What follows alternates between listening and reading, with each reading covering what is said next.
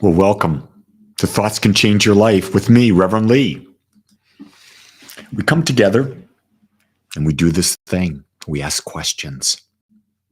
So here's the question I asked today. How would God define itself? Think about that. We hear a lot of people talking about what God is, who God is. How would God define itself? Well, I'll tell you this. It can't. It can't define itself because in order for it to define itself, there would have to be something else for it to compare itself to make a description. Do you understand that if you are the infinite, there's nothing you can describe yourself as because you're everything and anything and nothing. You're the seen, the unseen, the unknown, the unknowable, the known. So it's fascinating that we hear the rhetoric out there that God is a he.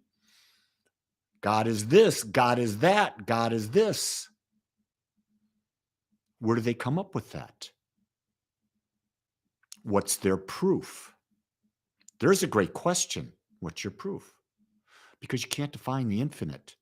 I don't care how hard you try, it's impossible to define the infinite.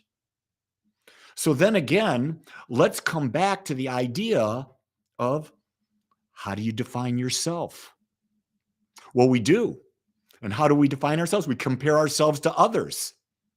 So I'm a male. I'm 71 years old. I've got gray salt and pepper hair thinning on the top. I'm 6'1". The only reason I can say these things is because I'm comparing myself to others. But if there was nothing to compare myself to, who would I be?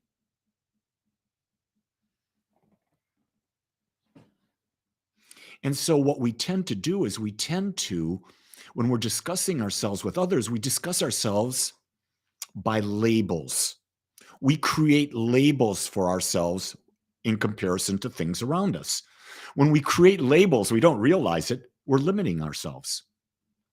You're right, we're limiting ourselves. So if we were created out of the infinite, and we're the soul, the individualization of the infinite expressing itself, but we're part of the infinite, meaning we have an infinite nature. When we describe ourselves, we're describing only a very, very, very small aspect of who we are. And when we do that, guess what?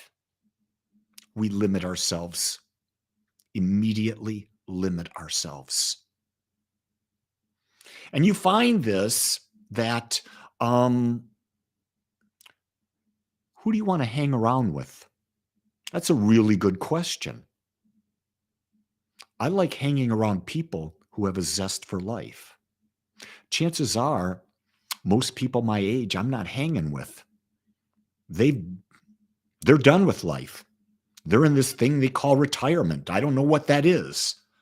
I don't know where this idea of retirement came from. When did we decide we're going to stop creating? For me, that's what retirement means. Stop creating. Wind down.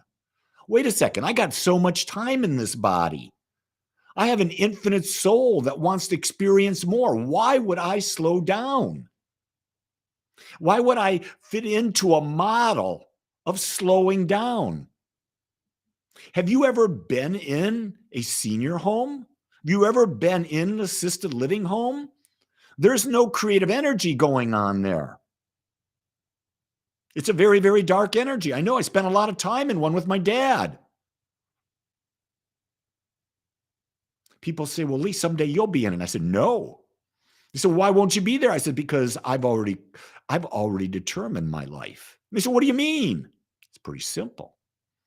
Happy, healthy, happy, healthy, happy, healthy, dead. I'm just going to roll over in my sleep and die. When? Don't know. When I'm done. You see, I believe that as long as we're creating, our bodies will keep up with us. I believe that's the key to my health. Not only do I eat well, not only do I take supplements, not only do I exercise, not only do I meditate, not only do I manage my stress level, but it's because I've got something to live for. I'm juiced about life. Are you juiced about life? I don't know. Dylan says, thank you for showing up for so long. Glad to see you. I do this every day. People say, why do you do this every day? Because I love it. If there are people out there looking for this type of message, I'm there.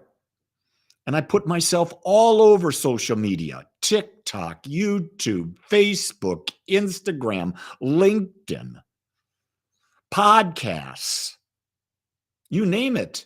I'll put this message wherever I can so that if I can help someone ask a great question so that they can get their own perfect answer, gives me a smile.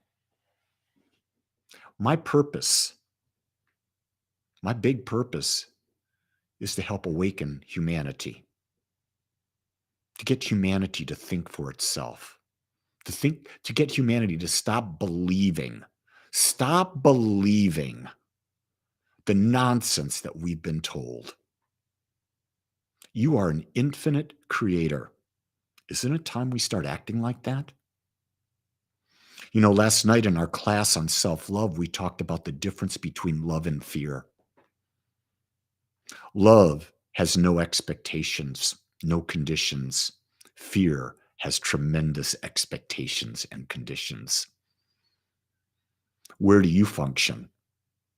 Do you function in love? Do you function in fear? If you truly knew you were infinite, would you be fearful? Or would you be a courageous adventurer? I love adventure. I can't wait for the day. I'm loving today. I had no idea every morning you say, well, Lee, you're out here. You must know what you're going to talk about. I get an idea. I put it down and then off I go. Where I go, wherever that internal wisdom, wherever spirit within me wants to go. And then I feed off whatever you're showing me. And a couple people today, Dylan and Lalitha, talked about, thank you for doing this every day. I appreciate that. But what else would I do? What else would I do? One of the things that I teach about practical spirituality is that the benefit of it comes when you are persistent and consistent. If you have a meditation practice where you're meditating once or twice a week, not going to do you much good. You got to meditate every day. I'm just telling you like it is. If you want a healthy body, you don't go to the gym once a week, once a month. You have a routine. You go to the gym 3, 4, 5 times a week. You don't eat healthy one day and then eat real unhealthy the next day. No, it's a persistent and consistent habit. The reason we don't have persistent and consistent habits is because we haven't built up the benefits. We haven't stacked up the benefits of why it is good for us to do something and how it will benefit us in our ability to experience and express life. When you've got those benefits built up, you'll commit to it. You'll commit to it. Yeah, Marcia, you're dead on. New thoughts, new ideas, new attitudes, new actions, new feelings. Can you imagine? Don't forget the feelings, Marcia. When I say your name, Marcia, I want you to know something. I had a prayer partner for 15 years. She passed just a little over a year ago. Her name was Marcia. When I saw your name, I said, oh my God, she's back. It brought a big smile to my face because I love her energy. Thank you for checking in. And thank you for putting new in capital letters. Because don't be thinking old thoughts all over again. Think new thoughts. That's why you've got a brain. People, we've got brains to think new thoughts. That's why it's good to come together in community with like-minded people so that you can feed off each other and create bigger new, and then you choose what new you want to use. You don't do what everyone else is doing. You do what you want to do. That's why you've got a mind, so that you can think for yourself. And isn't it time we as humanity started doing that? Stop looking for people outside of you to tell you what to think. You think for yourself. Because if you don't, AI is going to be out there, artificial intelligence, and they're going to be feeding all sorts of stuff. And you're going to say, I believe that. It's AI. It can justify anything. It can rationalize anything. That's why it's more important now than ever to think for ourselves. Question everything. Here's a great question. Here's a really great question. When someone says something, ask them, what's your proof? And keep asking that question.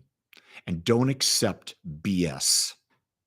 Don't accept opinions as truth. I teach it in my classes. I tell people, don't believe anything I tell you. Until you've tested it, until you've proven it for yourself, you don't own it. You don't know anything.